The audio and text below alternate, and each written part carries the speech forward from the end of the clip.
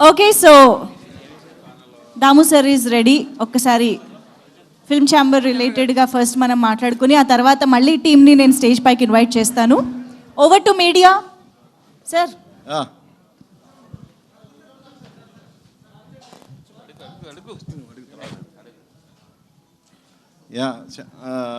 దాము గారు, ఈరోజు మార్నింగ్ మన ప్యానల్ వాళ్ళు ప్రెస్ మీట్ పెట్టారు. అంటే ఛాంబర్ ఎలక్షన్స్ ఎల్లుండే ఉన్నాయి కదా, సో వాళ్ళు కొన్ని ఎలిగేషన్స్ చేశారు. అంటే దాము గారు ఇన్నేళ్ళు సెక్రటరీగా ఉన్న ఛాంబర్ కోసం చేసింది ఏం లేదు, ఓన్లీ గిల్డ్ కోసం చేశారని. సో ఆ కామెంట్పై మీ వర్షన్ ఏంటి? ఫస్ట్ ఆఫ్ ఆల్, ఇవాళ ప్రెస్ మీట్ జరుగుతుందని తెలుసు, కానీ నాకు ఇవాళ మధ్యాహ్నం ఏదో మా ప్యానల్ వాళ్ళు లంచ్ పెట్టారు పెద్దమ్మగుళ్ళు, అండ్ ఇది మొత్తం ఆర్గనైజేషన్ క్వైట్ బిజీ సుబ్బారావు గారు. బట్ ఇది విన్నాను, చెప్పారు నాకు కొన్ని, but I didn't go to the whole thing. Damodar Prasad ఇన్నేళ్ళ నుంచి ఉండి ఏం చేశాడు ఏమి చేయలేదని అక్కడ అడిగిన వాళ్ళ మనకు సాక్షి, వాళ్ళు అడిగితే వాళ్ళకి తెలుస్తుంది, నెంబర్ 1. అండ్ నా దగ్గరికి వచ్చి అడిగిన వాళ్ళకి తెలుసు నేను ఏం చేశా అనేది. ఛాంబర్లో ఉన్నవాళ్ళకి తెలుసు నేను ఏం చేశాను అనేది. సో ఐ థింక్ ఎలక్షన్ వస్తుంది కాబట్టి ఇట్లాంటి ఒకళ్ళ మీద వేయటం అనేది మామూలే, సహజం. అది I have done what I have to do. నా కెపాసిటీలో ఎంత ఉందో నేను ఏం చేయగలను అంతవరకు నేను చేశాను సుబ్బారావు. ఏది ఏ విషయమైనా కానీ ఇప్పుడు యూనియన్ విషయాలు అవ్వచ్చు, యూనియన్కి చాలామంది ప్రొడ్యూసర్గా వారధిగా ఉండటం అవ్వచ్చు, ఇట్లాంటివి చెప్పుకుంటూ పోతే చాలా ఉన్నాయి. సో నేను అందుకునే అన్నాం, ప్రొడ్యూసర్లు కొంతమంది నాకు ఫోన్ చేసిన వాళ్ళకి ఏం చేశానో వాళ్ళకి తెలుసు. యూనియన్ మెంబర్సు ఇవాళ రోజున ఒక మబ్బులో పడిపోయి, కొంతమంది మబ్బులో పడిపోయి ఇవాళ మాట్లాడచ్చు. బట్ నేను 2014 నుంచి నేను రవికిషోర్ గారు ఇంకా కొంతమంది మేము ఉన్నాం, ఏం చేసాం, ఏం మార్పులు చేసాం, అది మంచో చెడో వాళ్ళకి తెలుసు, వాళ్ళ మనస్సాక్షి తెలుసు. ఈవెన్ స్ట్రైక్ జరిగినప్పుడు కూడా కార్మికులకి మీరు చేసిందే లేదు, సీఎంల దగ్గర ఫోటోలు దిగడానికే వెళ్ళారనేది. ఏమండి, ఇప్పుడు వాళ్ళు అంటే అన్నారు, ఇది అందరూ చాలామంది తెలిసిన ఉన్నారు, మీ అందరికీ తెలుసు ఇన్నేళ్ళ నుంచి. నాకు సీఎంల దగ్గర మినిస్టర్ల దగ్గర ఫోటో తీసుకోవాలంటే నాకు ఈ పదవి అవసరం లేదు. ఓకే, ఏదో ఇట్లాంటి ఇష్యూలు అడ్డు పెట్టుకుని నేను వెళ్ళి ఫోటోలు తీసుకోవాల్సిన అవసరం నాకు లేదు సార్. అదే అంటున్నా కదా, అది అట్లాంటి అవసరం ఉన్న వాళ్ళు కొంతమంది ఉండొచ్చు. ఆ కవర్కి నేను చెందినోడిని కాదు, నాకు అవసరం కూడా లేదు. If I want I will wait, ask for an appointment, go take a photograph. ఆ కెపాసిటీ నాకు ఉంది, ఆ ధైర్యం నాకు ఉంది. సార్ దామోదర్ ప్రసాద్ గారు, అంటే లాస్ట్ టైం మీరు ఉన్నప్పుడు చిన్న ప్రొడ్యూసర్స్ గిల్ట్ కూడా ఇష్యూ వచ్చినప్పుడు మీరు చిన్న ప్రొడ్యూసర్స్ తరపునే ఉన్నారన్నారు. ఇప్పుడు ప్రోగ్రెసివ్లోకి వెళ్ళారు, గిల్ట్ ప్రొడ్యూసర్స్ తోటే మీరు ఉంటున్నారు అన్నారు. అప్పుడు క్యూబు యూఎఫ్ఓ ఛార్జెస్ లేకుండా చేస్తామని చెప్పి మీరు కూడా చెప్పారు అన్నారు. అవి ఇప్పటివరకు అడ్రస్ చేయలేదు, 2 years అయిపోయింది. మళ్ళీ ఇప్పుడు చేస్తారా చేయరా అని అంటారు. ఒకటమ్మా, అందరికీ అర్థం చేసుకోవాలి ఏంటంటే, గిల్డ్ అనేది కంటే ముందు ఎల్ఎల్పి అని ఫామ్ అయింది. ఎందుకంటే మనకి మెమరీ పవర్ చాలా షార్ట్ అయిపోతుంది. నేను ఈ జనరేషన్కి అనుకున్నాను, మన వాళ్ళకి కూడా షార్ట్. ఈ జనరేషన్ ఏంటంటే ప్రతి 10 secondsకి something fresh has to come in. కానీ మన వాళ్ళందరికీ కూడా అటు తయారైందని ఇప్పుడు అనిపిస్తుంది నాకు. బట్ ఎల్ఎల్పి అనేది ఫస్ట్ ఫామ్ అయింది. ఎల్ఎల్పి అనేది ఫామ్ అవటం కారణం ఏంటంటే, అంటే అంటే ఇప్పుడు ఈ జనరేషన్లో సినిమా చేసిన ప్రొడ్యూసర్లు ఒకప్పుడు సినిమాలు తీసి ఇప్పుడు తీనోళ్ళు అందరం కలిసి ఒక ఆర్గనైజేషన్లో ఉన్నాం, అందరం ప్రొడ్యూసర్లమే. అక్కడ డిసిషన్ మేకింగ్ వచ్చేసరికి ఏమవుతుందంటే, రన్నింగ్లో ఉన్న ప్రొడ్యూసర్స్కి ఏం కావాలి ఏంటి అనేది కొన్ని అవసరాలు ఉంటాయి. అది ఒక తరానికి అర్థం కాకపోవచ్చు, అర్థం కాలేదు ఆ టైంలో కొన్ని విషయాలు. కాబట్టి అక్కడ పని అవ్వట్లేదు కదా, ఎల్ఎల్పి పని అక్కడ అవ్వట్లేదు సరిగ్గా అని చెప్పి ఎల్ఎల్పి పెట్టుకోవడం జరిగింది. ఎల్ఎల్పి ఎవరో బయట వాళ్ళు పెట్టాల, అక్కడ ఉన్న మెంబర్సే కొంతమంది ఎల్ఎల్పి అని పెట్టారు. అందరూ దాంట్లో మేమందరం ఉన్నాం కూడా. ఓకేనా, పెట్టుకుని కొన్ని పనులు చేద్దామనుకు చేయటం వల్ల but somehow that organization failed, it didn't work. దాని తర్వాత మళ్ళీ గ్యాప్ వచ్చిన తర్వాత ఇండస్ట్రీలో కొన్ని మేజర్ ఇష్యూస్ జరిగినాయి. ఎందుకంటే అప్పుడు ఆ పేర్లు ఆ ఇష్యూస్ నేను ఇప్పుడు చెప్పదలుచుకోవాలి. ఈ సందర్భంలో అది జరిగినప్పుడు again we took a call and said, ఏమండి ఇంకో we have to form an organization where it will help the producers and rest of the industry stakeholders అనేది ఒక కామన్ ప్లాట్ఫామ్ మీద ఉండాలా అనేది అప్పుడు గిల్డ్ ఫామ్ అయింది. ఓకేనా? ఇప్పుడు గిల్డ్ ఫామ్ అయినాక అనేది ఏంటి, గిల్డ్ మాకు ప్రొడ్యూసర్ కౌన్సిల్ వచ్చే రెవెన్యూ తీసుకెళ్ళిపోతుంది అనే మాట చాలామంది అంటుంటారు. ఫ్రాంక్లీ స్పీకింగ్, ఇది స్టార్ట్ అయిన రోజున ఇది ఏదైతే మొదలుపెట్టిందో ఆ రెవెన్యూ అక్కడ లేదు, అక్కడ వేరే ఛానల్స్ ఉన్నాయి, అది అందరికీ తెలిసిన విషయమే. ఓకేనా? అప్పట్లో అంటే అంటే ఆల్మోస్ట్ 7 to 8 years నౌ, అప్పట్లో పబ్లిసిటీ అనేది ఛానల్స్కి ఎక్కువ ఇస్తుండేవారు. అది మేము చేసిన ఏంటంటే ఇస్తున్నప్పుడు కూడా అన్కంట్రోలబుల్గా ఇచ్చేవారు, అంటే కంట్రోల్ ఉండేది కాదు. పాపం ప్రొడ్యూసర్లకి రిలీజ్ టైంకి విపరీత ప్రెషర్ ఉంటుంది అందరి దగ్గర. చుట్టుపక్కల సార్ మీరు పబ్లిసిటీ సరిపోవట్లేదు, మీరు ఇంకా చేయాలి, ఇంకో పెట్టాలి, ఇంకా పెట్టాలంటే ఆ మూమెంట్లో చాలా ఇబ్బందులు ప్రొడ్యూసర్లు ఉన్నారు. అది ఛానలైజ్ చేసి ఎంతవరకు చేయాలి ఎంతవరకు చేయకూడదు దీని మీద ఆ స్కీమ్ మీద పెడతాం జరిగింది. అది కంట్రోల్ చేసి పేమెంట్స్ అన్నీ కూడా గిల్డ్ ద్వారా చేయటం మొదలుపెట్టాం, కంట్రోల్ రావటం. దాని మీద సర్వీస్ ఛార్జ్ కింద 2%, 2.5% తీసుకున్నాం. ఎందుకంటే ఆఫీసెస్ రన్ అవ్వాలి కదా, అది తీసుకోవడం మొదలుపెట్టాం. దాని మూలంగా తగ్గిపోయింది అంటున్నారు చూడండి, అట్లా ఏం లేదు. సరే, అది వేశారు. దాని తర్వాత ఎలక్షన్ ఒకటి వచ్చినప్పుడు సోకాళ్ళు ఎవరైతే మాట్లాడారో అందరూ కూడా మంచి మనసుతోనే మీరు కలిస్తే బాగుంటుంది అన్నారు. మేము కూడా పాజిటివ్గానే ఆలోచించాం. ఏమండి, మనకున్న బైలాస్ ఇవన్నీ మార్చాలా, ఎప్పుడో ఫస్ట్లో పెట్టిన బైలాస్ని పెట్టుకుంటే కనుక ఈ రకంగా ఉంటుంది కదా అని కొన్ని సజెషన్స్ చేసాం కూడా, నేనే చేశాను కూడా. చేసినప్పుడు వాటికి అంత పాజిటివ్ రెస్పాన్స్ రాలా, ఏది మేము పాజిటివ్గా ఉన్నా కానీ. సరే, we said yes will do, అది అవుతే కనుక will try to do this అని చెప్పి అన్నాం. ఓకేనా? అది రాలా, అది జరగల. ఓకేనండి. సెకండ్ టైం మళ్ళీ వచ్చినప్పుడు ఆ ఎలక్షన్ జరిగినప్పుడు మళ్ళీ జరిగింది. మళ్ళీ జరిగితే ఒక సందర్భంలో ఒక వైట్ పేపర్స్ మీద సంతకాలు పెట్టి if you think it's there you write what you want అని ఇవ్వడం జరిగింది. అక్కడ కూడా కొంతమంది సోకాల్డ్ పెద్ద మనుషులు ఎవరైతే వాళ్ళు కూర్చొని మాట్లాడారో వాళ్ళే ఇన్వాల్వ్ ఉన్నారు. That also didn't happen. ఎందుకు అవ్వలేదు అనే దానికి వాళ్ళని అడగాల. ఎందుకంటే ఇట్ ఈస్ వెరీ క్లియర్ అమ్మా, ఎవరు పదవులు ఎక్కువ కూర్చోవాలనుకుంటున్నారు, ఎవరికి అవసరం అనేది అందరికీ తెలిసిన విషయం. నేను కొత్తగా చెప్పాల్సిన విషయం లేదు. ఇవాళ దాకా ఆ పదవి ఉన్నా లేకపోయినా రేపు ఐ డోంట్ ఈవెన్, బట్ ఆ సంస్థల మీద రెస్పెక్ట్ ఉంది. చాలా పూర్వీకులు అందరూ కూడా ఆ సంస్థను పెట్టారు, ఒక పర్పస్తో పెట్టారు. We have respect on that. ఆ రెస్పెక్ట్గా కాపాడుకోవాలా, దట్ ఈస్ ద ఇంటెన్షన్. దాంట్లో ఉన్నది 4 సంస్థలు, 4 సెక్టార్లు ఉన్నాయి కాబట్టి వాళ్ళ బాగోగులు మా మధ్యలో మాకు గొడవలు ఉండకుండా పెట్టిన సంస్థ అది. ఓకేనా? సో ఇట్లాంటివన్నీ చేసుకుంటారు, అన్నీ జరుగుతాయి. సవ్యంగా చేయాలనుకుంటే అన్నీ చేయొచ్చు. నేను అందుకని నిన్న మొన్న ఎవరు అడిగితే చెప్పాను, ఏమండి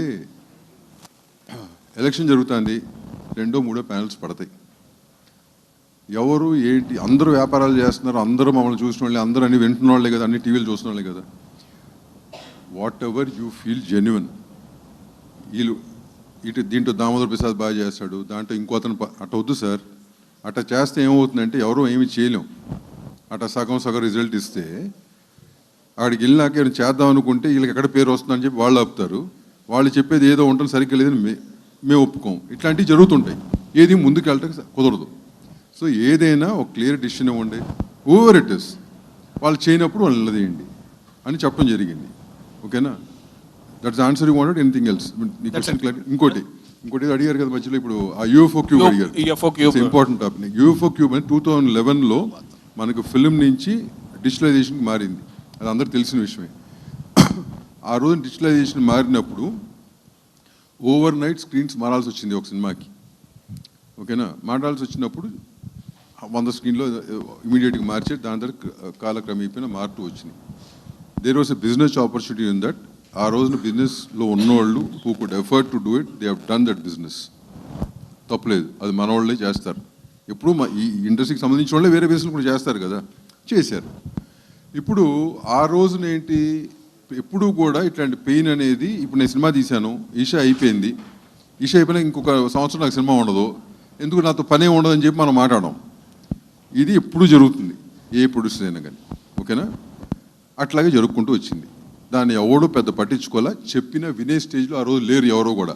ఒక 5-6 ఏళ్ళ తర్వాత పెయిన్ మొదలైంది, ఈ ఇష్యూ వచ్చినప్పుడు అందరూ మాట్లాడుకున్నాం, టేకప్ చేసాం. 2018లోనే జాయింట్ యాక్షన్ కమిటీని ఒకటి పెట్టినప్పుడు మొత్తం 4 స్టేట్స్ని మన సౌత్ వరకు ముందు చేద్దామని చెప్పి 4 స్టేట్లు తిరిగాం. 4 స్టేట్లు అందరం కలుపుకున్నాం, 4 చోట్ల మీటింగ్లు పెట్టాం. అప్పుడు కూడా ఓవర్ నైట్ ఏది మారదు, అన్నేళ్ళు పాతుకుపోయింది, మారదు కదా. దాన్ని ఏదో కొంత తగ్గించి 2 years టైం పెట్టించి ఫేజ్ అవుట్ చేద్దామని చెప్పి అనుకున్నాం. వాళ్ళు యాడ్మెంట్ చేయలే. ఏమండి, ఇవాళకి ఈ మూమెంట్కి కూడా వీఆర్ ఫైటింగ్ ఫర్ ఇట్. కానీ ఏంటి ఇది, ఇవాళ చెప్పగానే మూసేసే స్టేలు లేదండి.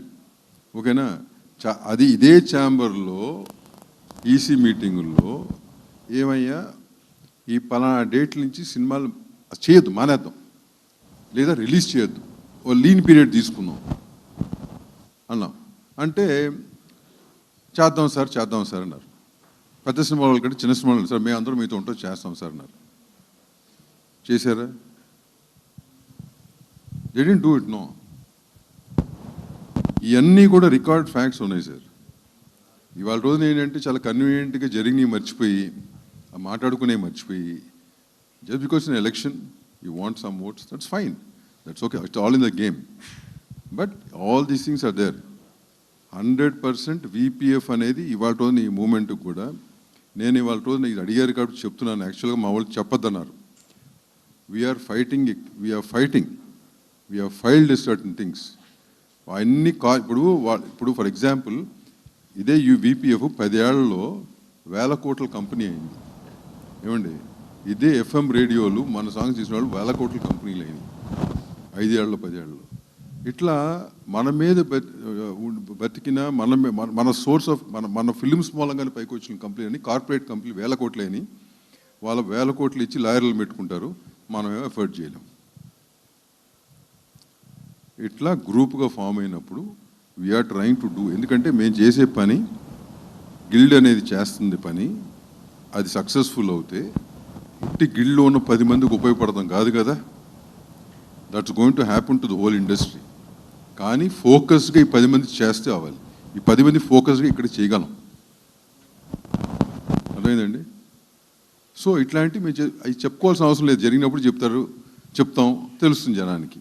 కానీ మీకు అర్థమైంది చెప్పింది. సో ఇవన్నీ ఏంటంటే it's easy to throw stones, అదొకటి. ఇంకోటి అడిగారు నన్ను ఎవరో, థియేటర్లు సార్ ఇది ఇప్పుడు ఇన్నేళ్ళ నుంచి మాట్లాడుతున్నాం,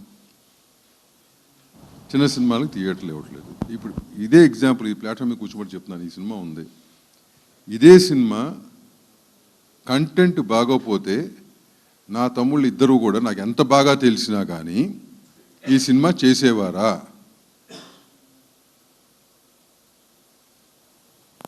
చేసేవారా? చేయరు కదా. సినిమా బాగుండి కంటెంట్ బాగుంటే ఆటోమేటిక్గా everything will follow in place. ఎందుకంటే వాళ్ళు వ్యాపారస్తులే కదా. They are not, why should they do a favour, they are doing business. అట్లే థియేటర్ పెట్టినోడు కూడా వ్యాపారస్తుడే కదా, వాడికి వర్కౌట్ అవ్వాలి కదా. ఇవన్నీ కూడా నేను ప్రతి నెల ఒక 50 మందికో 60 మందికో కొత్తగా అప్లికేషన్ పెట్టిన వాళ్ళకి శ్యామలో చెప్పడం జరిగింది. దాని మీద కూడా ఎవరో మాట్లాడారంట, ఈయన వచ్చిన వాళ్ళందరూ సినిమా తీయొద్దని చెప్తాడని చెప్పి. నేను ఎప్పుడు కూడా సినిమా తీయొద్దని చెప్పను. మంచి వ్యాపారం అవగాహన చేసుకుని తీయమని చెప్పే అందరికి నేను. అంటే గ్రౌండ్ రియాలిటీస్ చెప్తున్నా. ఎప్పటికప్పుడు మారిపోతున్నాయి కదా. మీరు కష్టపడి సంపాదించిన డబ్బు పెడుతున్నప్పుడు కరెక్ట్ వేలో పెట్టండి వ్యాపారంలో అనే గైడెన్స్ ఇవ్వటం చెప్పక, వచ్చిన వాళ్ళ సినిమా తీయబాకండి, ఎందుకైనా సినిమా తీసాం. I never done it. They are saying it now, it's left to them. దమ్ము గారు, QBUFOలో లాంగ్వేజ్కి ఒక రేట్ ఎందుకు ఉంది? దాని మీద మీరు ఎందుకు ఫైట్ చేయలేకపోతున్నారు ఇన్ని సంవత్సరాల నుంచి? QBUFOలో ఒకప్పుడు అంతా ప్లాన్గా ఉండేది. లాంగ్వేజ్ ఒక రేటు పక్కన పెట్టేయండి. హాలీవుడ్ సినిమాలకి అసలు దే డోంట్ టేక్. ఇప్పుడు చెప్తున్నాను మీకు, ఇదే ఇషా ఆడుతుంది, పక్కన అవతారు ఆనకొండకి నీకు ఛార్జెస్ లేవు. They don't pay UFO charges. They are fighting for. ఇక్కడ ఏంటంటే మీకు హాలీవుడ్ ఈ డిజిటలైజేషన్ జరిగినప్పుడు 2011లో ఈ హాలీవుడ్ మేజర్ స్టూడియోస్ అన్నీ కలిసి ఒక సిస్టమ్ మారుతుంది కాబట్టి ఒక 7 ఏళ్ళు VPF అనే సిస్టమ్ పెట్టి ఈ మారే సిస్టమ్ మళ్ళీ సర్దుకుని వాళ్ళు కూడా కొనాలి కదా, మారాలి కదా అని చెప్పి వాళ్ళకి సపోర్ట్ చేయాలనే టైప్లో చేశారు. 7 yearsకు ఇప్పుడు సన్సెట్ క్లాజ్ అని పెట్టారు. ఓకేనా అండి? ఆ రూపాయలు ముగిసిపోయింది వాళ్ళకి. మనకు వచ్చేసరికి ఏమైందంటే థియేటర్ వాళ్ళు ఇనిషియల్గా మోస్ట్ ఆఫ్ ద థియేటర్ వాళ్ళు ఎవరో ఎక్విప్మెంట్ కొనుక్కోలే.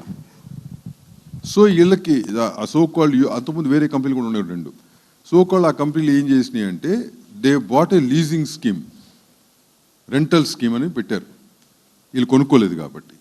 సో ఆ రెంటల్ స్కీము లీజింగ్ స్కీమ్కి వాళ్ళు పెట్టినప్పుడు వాటి రెంట్లు నెలకి ఆ సిస్టమ్ నడిచింది. అది ప్రతిసారి they are going to renew it and they still not bought their own equipment. వాళ్ళ సొంత ఎక్విప్మెంట్ కొనుంటే ఆ 7 ఏళ్ళు వేపు కొనుంటే వాళ్ళు బయటపడి ఉంటే ఇవాళ నాకు గోల్ లేదు కదా. సో అది ఎవరు చేస్తున్నారని అడుగుతారు మీరు. అదే బిజినెస్ ఆపర్చునిటీ చూసుకుని యూఎఫ్ఓ క్యూబులు ఇవన్నీ చేసినాయి.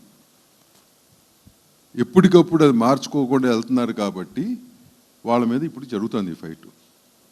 మీరు అన్న అదర్ లాంగ్వేజ్ అన్నారే, కేరళ ఉంది. కేరళలో ఏం జరిగిందంటే ప్రొడ్యూసర్స్ కౌన్సిల్ అనేది ఈ సిస్టమ్ పెట్టుకుని వాళ్ళకున్న 125 థియేటర్స్, వాళ్ళ నెంబర్ ఆఫ్ థియేటర్స్ 125 థియేటర్స్ ముందు వాళ్ళు మా సిస్టంలోంచి కంటెంట్ వస్తేనే మీరు చేయాలని ఉంది. అది ఎందుకు మీరు అడాప్ట్ చేసుకోవాలి? చెప్తాను స్వామి, ఉంది.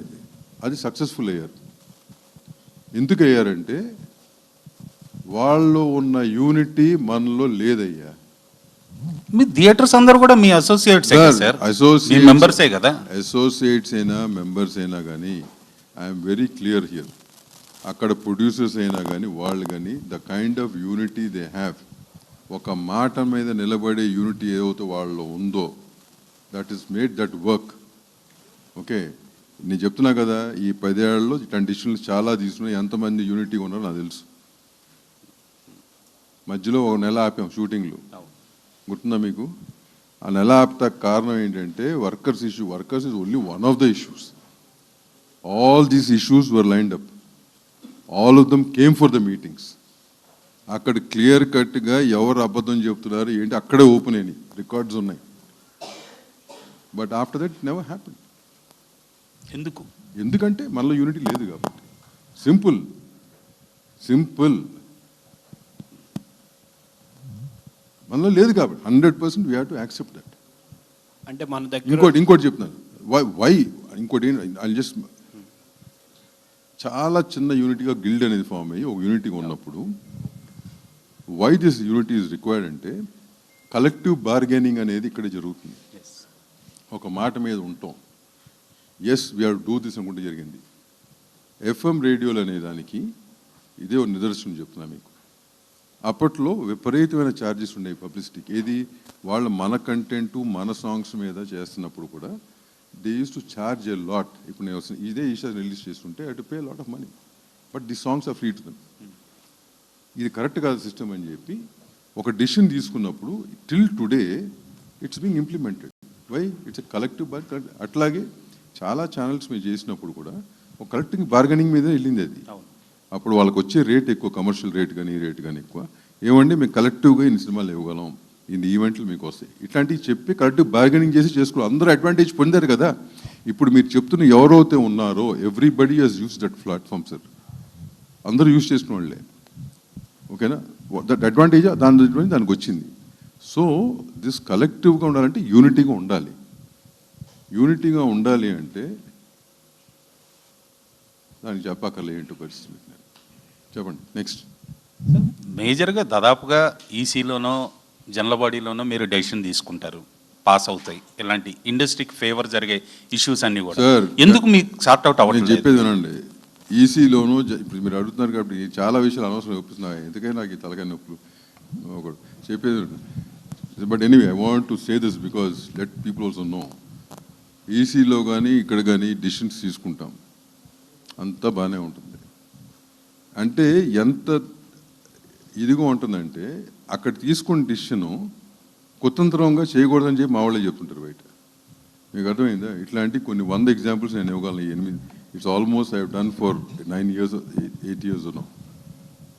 Okay, I can post. చాలా సందర్భాలు మీరు అడిగినప్పుడు 1-2 అడిగినప్పుడు చాలామంది చెప్పా కూడా నేను. అవి అందరికీ తెలుసు.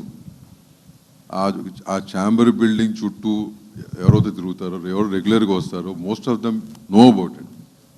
But this moment is being used in a different way because of the election. Simple as that. ఇప్పుడు let them do no. Who saying no? If they can do it, let them. ఎవరైనా చేయొచ్చు కదా, మంచి జరుగుతుంది కదా ఇండస్ట్రీకి మంచి జరుగుతున్నప్పుడు చేయకూడదు ఏముంది? If they can, everybody saying they do it. Tomorrow you come do it. సరే, ఇంత పెద్ద ఇండస్ట్రీ, కనీసం ఛాంబర్కి సొంత బిల్డింగ్ లేదు ఎన్ని సంవత్సరాల్లో? ఏమ్మా, ఐ థింక్ సరే, ఇప్పుడు అడిగే క్వశ్చన్ హిస్టరీలోకి వెళ్తే సరే, ఎనీవేస్ ఇప్పుడు ఒకటి ఏంటంటే 76 to 80 మెడ్రాస్లో ఇండస్ట్రీ ఉండేది, అవునా? తెలుసుగా మీ అందరికీ. మెడ్రాస్ నుంచి షిఫ్ట్ అవ్వాలని అనుకున్నప్పుడు అప్పుడున్న పెద్దలు కానీ అప్పుడున్న గవర్నమెంట్ కానీ తెలుగు ఇండస్ట్రీ హైదరాబాద్ షిఫ్ట్ అవ్వాలంటే ఏం చేయాలి? కొంతమంది పెద్దలందరూ కలిసి ల్యాండ్ తీసుకుని దాన్ని అక్కడి నుంచి స్టార్ట్ చేశారు. ఆ రోజు ఆ ల్యాండ్ తీసుకున్నప్పుడు దాంట్లో ఒక మెయిన్ పాత్ర మా ఫాదర్ అందరితో పాటు. సో ఆ తీసుకున్నప్పుడు దానికి ఫస్ట్ ఇక్కడ రావాలంటే వాళ్ళకి ఇల్లు ఉండాలి, అవునా? ఎవరికైనా వేరే గురించి రావాలంటే ఫస్ట్ బేసిక్గా ఇల్లు ఉండాలి కదా అని ఆ ల్యాండ్ తీసుకుని ఫిలింనగర్ హౌసింగ్ సొసైటీ అని చెప్పి నామకరణం చేసి అదే ఫిలింనగర్ ఇవాళ రోజున, ఓకేనా? ఇనీషియల్గా అండి ఈ రాళ్ళు ఇవన్నీ it's recorded. If you go through all your old paper journals you will have this. ఈ రాళ్ళు రప్పల్లోకి ఎవరు వస్తాం, మెడ్రాస్ నీకు ఇక్కడ రావటం ఏంటి, ఇదంటే అన్నీ జరిగినాయి. అయినా కానీ a period of time people have come. That's what is Filmnagar. ఆ రోజున గవర్నమెంట్ ఇచ్చిన పర్పస్ ఆఫ్ ల్యాండ్ ఏంటంటే మెడ్రాస్ నుంచి ఇండస్ట్రీకి షిఫ్ట్ అవుతుంది కాబట్టి అలాట్ చేశారు ల్యాండ్. నోట్ చేసుకోండి మీరు, ఓకేనా? ఆ రోజున ఫిలింనగర్ హౌసింగ్ సొసైటీ అని ఎందుకు పెట్టాల్సి వచ్చిందంటే మనం రెసిడెన్షియల్ స్థలాలు ఇస్తున్నాం కాబట్టి దాని నామకరణం అటు జరిగింది. విజయవాడ నుంచి ఉన్న బేస్ ఛాంబర్ని హైదరాబాద్ షిఫ్ట్ చేయడం జరిగింది. అక్కడి నుంచి జరిగినాయి అన్నీ కూడా, అన్నీ జరిగినాయి, ఓకేనా? ఇవాళ రోజున 30 ఏళ్ళు అయిపోయింది, దాటిపోయింది. People have shifted, built houses. Some people have sold and gone, okay? But still it's Filimnagar. The purpose the Filimnagar exists because of that. And ఇవాళ రోజున ఏదో సొసైటీ అంటున్నాము, as per me they are only guardians of that land for that purpose. ఆ పర్పస్కి guardians of the land అండి వాళ్ళు, ఓకేనా? అది నా ఒపీనియన్. అడిగారంట ఎవరు ఇన్నేళ్ళు 2 years ఏమండి 30 ఏళ్ళ విషయం అది. అడిగేదానికి కూడా ఇది ఉండాలా? 2 yearsలో ఏం చేస్తాం సార్? ఛాంబర్ అనేది మీకు తెలియాలి. ఛాంబర్ బిల్డింగ్లో ఛాంబర్ అనేది దాని ఫిలింనగర్ హౌసింగ్ సొసైటీ బిల్డింగ్లో ఆ ఫస్ట్ ఫ్లోర్ అనేది ఛాంబర్ అనేది తన సొంత డబ్బులతో కట్టుకున్న ఫ్లోర్ అది. దాన్ని ఫిలింనగర్ హౌసింగ్ సొసైటీ వాళ్ళ డబ్బుతో వాళ్ళు కట్టుకున్న తక్కువ రెంట్కి హౌసింగ్ సొసైటీ ఛాంబర్కి రెంట్కి ఇచ్చింది, ఓకేనా? ఇవాళ వరకు రెంట్లోనే ఉన్నాం. రేపు 26 ఫిబ్రవరిలో దాని రెంట్ పీరియడ్ అయిపోతుంది, ఫస్ట్ అగ్రిమెంట్ అయిపోతుంది. దాంట్లో మ్యూచువల్ కన్సెంట్ మీద వీలుంటే ఎక్స్టెండ్ చేసిన క్లాజ్ కూడా ఉంది. మేము రిక్వెస్ట్ చేసి మా అనుబంధ సంస్థ అయిన ప్రొడ్యూసర్స్ కోసం అనుబంధ సంస్థే కదా, అది పైన ఉంది కదా, 2nd floor కదా, దానికి 2030 వరకు ఉంది. అట్లీస్ట్ కొంచెం ఎక్స్టెండ్ చేయమని అడిగితే పాయింట్ బ్లాంక్గా లేదన్నారు. మధ్యలో పిలిపిస్తే బసిరెడ్డి గారి టైంలో నేను, బసిరెడ్డి గారు, ప్రసన్న కుమార్ గారు అందరూ వెళ్ళాం బంగారు గారితో మాట్లాడతాకి. ఆయన అప్పుడు చెప్పడం జరిగింది, ఈ బిల్డింగ్ని కూల్ చేసి డెవలప్మెంట్కి ఇస్తున్నాం, డెవలప్మెంట్కి ఇచ్చినాక మీకు దాంట్లో కావాల్సింది కొంత తక్కువ రేటుకి మళ్ళీ ఇప్పిస్తాం, మీరు కొనుక్కోవచ్చు అనేది. ఓకే అండి, మేము ఈసీతో మాట్లాడి వీళ్ళు కంబ్యాక్ అన్నాం. ఈసీ అన్నారు అసలు ముందు ఆ రేట్లు ఎంత ఇస్తారంటో కనుక్కోమన్నారు. ఆ బ్లాబ్లా జరిగింది. ఈ లోపు ఎక్స్టెన్షన్ పెట్టాం, ఎక్స్టెన్షన్ చేయమన్నారు. దాని తర్వాత ఇండివిజువల్గా చాలామంది ఓల్డ్ మెంబర్స్, కొత్త మెంబర్స్ ఒక మీటింగ్ పెడతాం జరిగింది అక్కడ. అప్పట్లో ఉన్న కొంతమంది పాత మెంబర్స్ని అందరినీ పెట్టి జరుగుతున్నారు ఏంటి, కరెక్ట్ కాదు, ఈ పర్పస్ కోసం ఇచ్చారు, ఫిలింనగర్ ఫామ్ అయింది, ఇక్కడ ఒక ఐకానిక్ బిల్డింగ్ అనేది ఆ ఫిలింనగర్ ఫిలిం ఇండస్ట్రీకి సంబంధించి బిల్డింగ్ ఒకటి ఉండాలి, దాని కింద మనకు కావాల్సిన కామన్ ఫెసిలిటీస్ ఉండాలి, ఆర్గనైజేషన్స్ ఉండాలి, లైబ్రరీ ఉండాలి, ఒక మ్యూజియం లాంటిది ఉండాలి, అదొక హబ్ లాగా తయారు చేయడానికి ఐడియా అప్పుడు పుట్టింది. అప్పుడు అది చేత అట్లాంటిది ఎప్పుడు పెండింగ్ చేయాలి. ఈ రోడ్డు మొత్తం, ఆ మెయిన్ రోడ్ ఏదవుతుందో అది మొత్తం కూడా సినిమాలకు సంబంధించి ఇలాంటి చేయాలి, ఈ మూల నుంచి ఆ మూలకు అనేది జరిగింది. మొన్న రేవంత్ రెడ్డి గారితో మాట్లాడిన కూడా ఆ ప్రపోజల్ ఇస్తే కూడా చాలా బాగుంది, చేయండి అన్నారు బట్టి విక్రమార్క గారు, రేవంత్ రెడ్డి గారు. సో ఇది ఐడియా. ఇప్పుడు మాకు కాదు, కూల్ చేసి డెవలపర్కి ఇచ్చేసి, డెవలప్మెంట్ అంటే ఎట్లా ఉంటుంది అగ్రిమెంట్ తెలుసు కదా మీకు, దాంట్లో వచ్చిన దాంట్లో మనకు technically they might be right, but what I'm saying is ఇక్కడ క్వశ్చను టెక్నికాలిటీస్ గురించి మాట్లాడుతున్నాను, నేను పర్పస్ గురించి మాట్లాడుతున్నా. ఆ రోజు ఇచ్చిన పర్పస్ ఏంటి, ఇవాళ ఆ పర్పస్ ఎందుకు డిఫీట్ అవ్వాలని అడుగుతున్నాను నేను. మీకు అర్థమైంది? ఓనర్లు మీరు టెనెంట్లు మాత్రమే, ఓనర్లు వేరు, టెనెంట్లకు మీరు కట్టుకునే రైట్ లేదు. ఆల్ దట్ మాకు తెలుసు. అంత తెలియకుండాను, అంత లా తెలియకుండా ఇక్కడ ఇన్నేళ్ళు వ్యాపారాలు మీలాగా మేము వ్యాపారాలు చేసి మాకు తెలుసు కదా. ఇక్కడ బేసిక్ ఇంటెన్షన్, బేసిక్ పర్పస్ అడుగుతున్నాం. ఒకనొక మీటింగ్లో ఆ మాట అడిగినప్పుడు you're getting to yes I'm emotional about it. As a producer for so many years as a family, ఇండివిజువల్గా I am emotional about that film nagar. I am emotional about that building. Whether it happens or not, I don't know. But yes, I am emotional about it. This is the purpose. Done? Thank you, sir.